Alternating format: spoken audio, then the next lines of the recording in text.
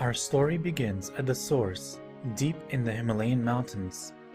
The secret of Maharishi Kartikeyaji's long life was an ancient form of yoga called Sukshma Vyama, a precious collection of advanced techniques that free the body from the ravaging effects of disease and aging.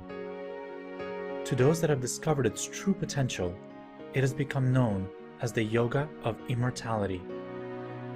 This self-healing art has been practiced by those serving some of the most demanding roles of their day, including government officials, respected scientists, and elite athletes. And it is these and more advanced techniques that have now formed the basis of Shakti Nam, a powerful yogic practice that allows the body to optimally express the blueprint of its DNA, bringing out the best version of that person.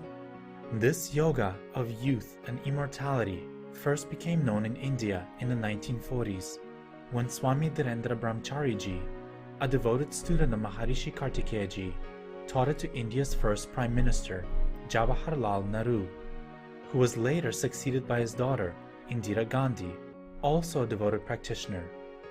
In her own words, she writes, "My father attributed his fitness to a lifelong habit of beginning the day with yoga asanas.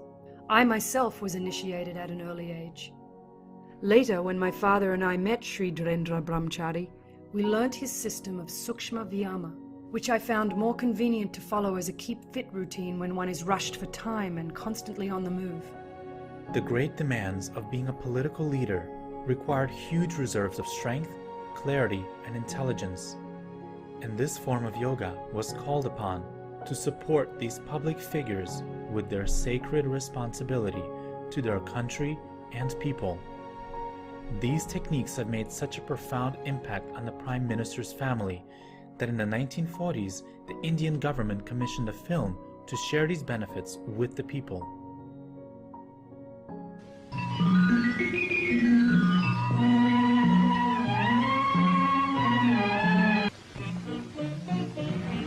A city like any other. Everyone on the move, hustle and bustle. But ponder a while and see what's actually happened. Yes, most of them look supercharged, but in fact, they are merely on their way to work. They start the day with a bang, and soon the chairborne army lose themselves in files and books and papers. Exhausting work for the brain, but work that doesn't demand physical exertion. They're at it for 8 hours or more every day.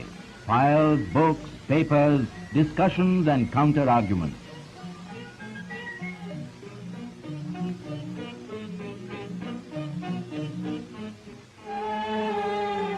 And when it's time to close the files and books and papers, they rise from their chairs looking very much like worn-out rags.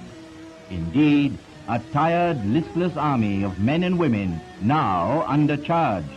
A sad but true commentary on life in our cities.